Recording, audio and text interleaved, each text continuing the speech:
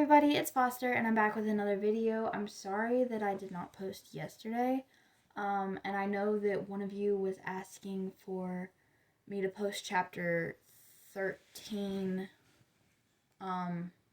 Sunday, but I had things going on, so I couldn't do it then. And I'm sorry for not posting yesterday, but I'm just gonna get right into it now. Okay. Places We've Never Been by Kasie West, Chapter 13. Chapter 13. Park City, Utah, Olivia said as we got off the shuttle bus. Isn't this cool? Isn't Park City where celebrities come to ski? Austin asked. Maybe we'll see someone famous. It's June. I looked up at the ski runs that in the winter were obviously blanketed in white, but now yellow and green with brush and trees. Wow, now I have two annoying little sisters, Austin said. She's not as annoying as me, Paisley assured him.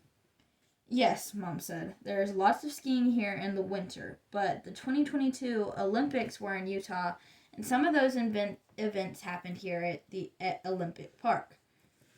So now we get to pretend we're Olympians from 20 years ago, Paisley asked. No, now they've turned it into a park. There's extreme tubing and rock climbing and ziplining. You had me at extreme tubing, Miranda, Austin said. Do we have to stay together? Ezra asked. You have your passes, Mom said. Run free. Ezra and Austin looked at each other and then walked out ahead. Be careful, Olivia called after them. Skylar hesitated, glancing once at the retreating forms of our brothers and then back to Paisley and me. You can go, Paisley said. We don't want you here, I added. He smiled, rubbed Paisley's head, and then said, Wait up, as he ran after Ezra and Austin.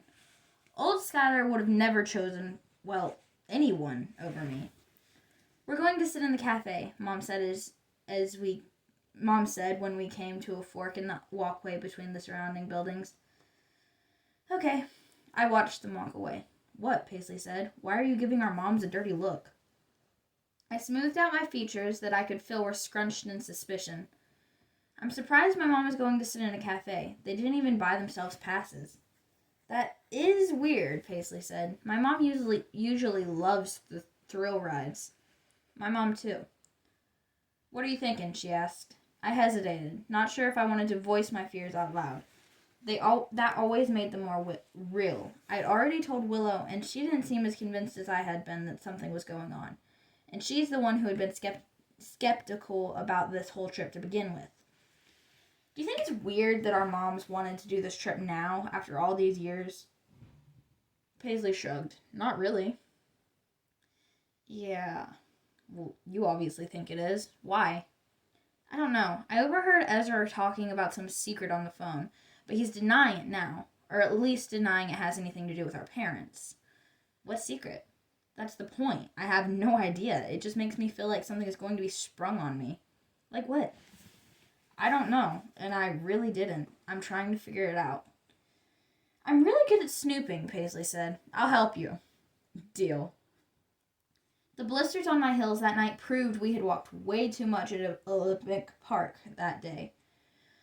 We were staying in Park City for 2 days, which meant no driving that night, which meant the Huttons were in their own RV. I sat on the couch, putting Band-Aids on my heels when my phone buzzed beside me. It was from Willow, and my heart seemed to leap into my throat when I saw it was a picture. Was I about to see what medicine my mom had in her cabinet, or what suspicious mail had been delivered recently? But when I pulled up the pic, it was of a girl I didn't recognize standing by a lake and laughing at the camera. She was beautiful. The sun was going down, and she had the ethereal glow and that only the last drops of sunlight could create. Who's that? Riley? Willow texted. Or maybe this is Riley. The next picture she sent was of a guy wearing a hat and eating a massive M&M's cookie. Are you stalking Skylar's social media? Who? Me? Stop! Oh, please, don't tell me you haven't done it. It actually had been a while since I'd looked through his social media. I haven't!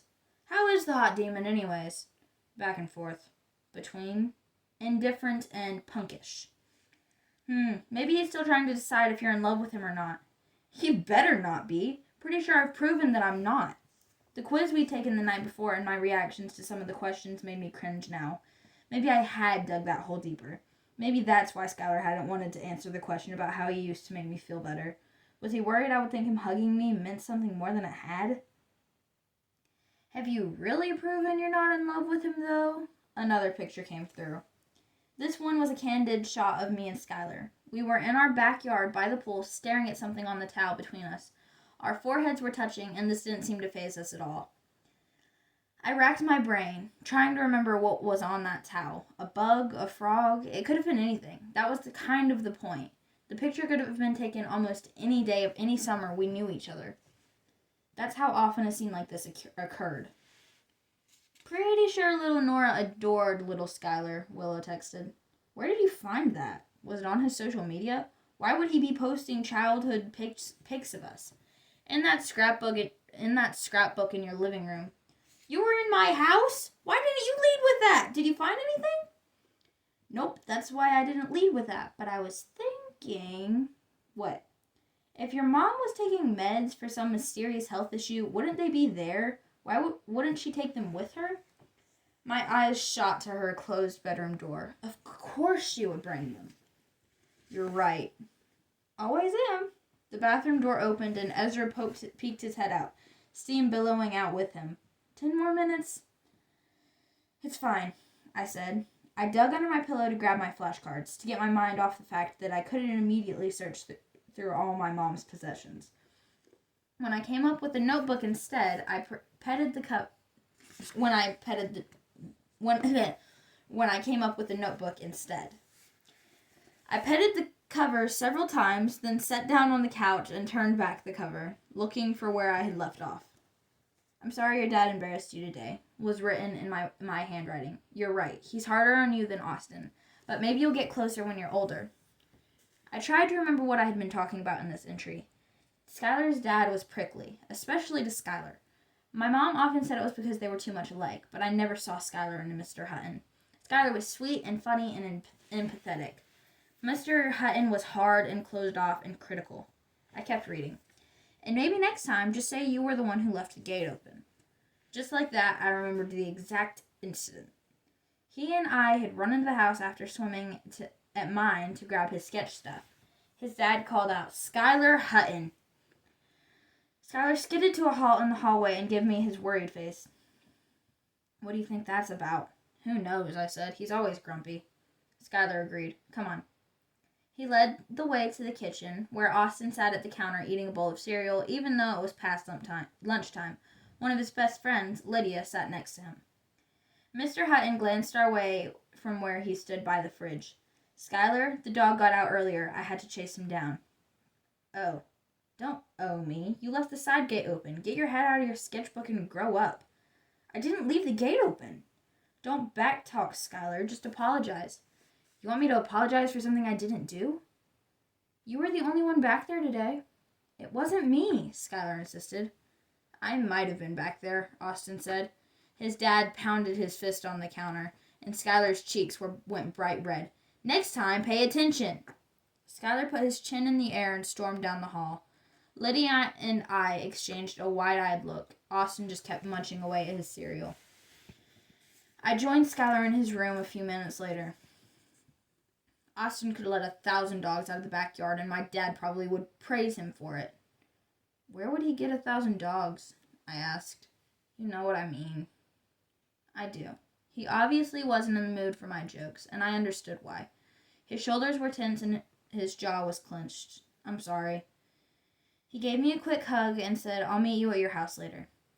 Or you could come now. You'll feel better. I'll sing you a song about mean dads. He smiled a little. Fine, but no to the song.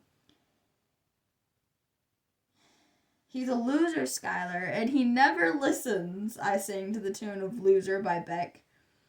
He put his hands over his ears. Seriously, Nora, stop ruining good songs. You know you love it. He laughed, that carefree, comfortable laugh. Nora!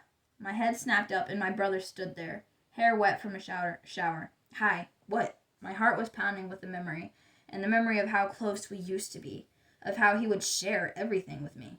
Jeez, where does your brain travel to? Sorry. Bathroom's free. Thanks. I got up, tucked the notebook away, and grabbed my toiletries. Hey, Nor, Ezra asked before I made it in the bathroom. Yeah? Did you have fun today? We kind of ditched you, and I know Paisley didn't want to do a lot of the rides. I had fun, I said. Is Skylar still being a punk to you?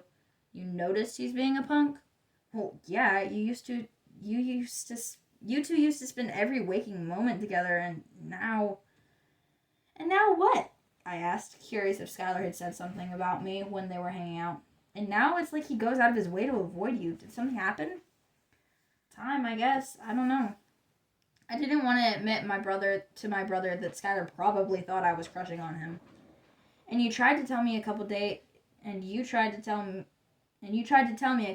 ago that time apart wouldn't make anything awkward. Apparently, I underestimated my ability to make everything awkward. Awkward? You? He gave me this weird, sad smile and then said, "We'll all stick together tomorrow." Great. He felt sorry for me. I pulled the bathroom door shut behind me and leaned against the counter. The mirror was still steamy from Ezra's shower. I reached up and pushed on the bottom right corner, releasing the latch and revealing shelves. There was only a bottle of aspirin, sitting alone on the middle shelf. And that's the end of chapter 13. Even though Skylar was barely in this chapter, I have the strange urge to punch him in the face for no apparent reason. Yeah, that's probably not healthy. Anyways, I hope y'all enjoyed this, and again, I'm sorry for not posting yesterday. See y'all in the next video.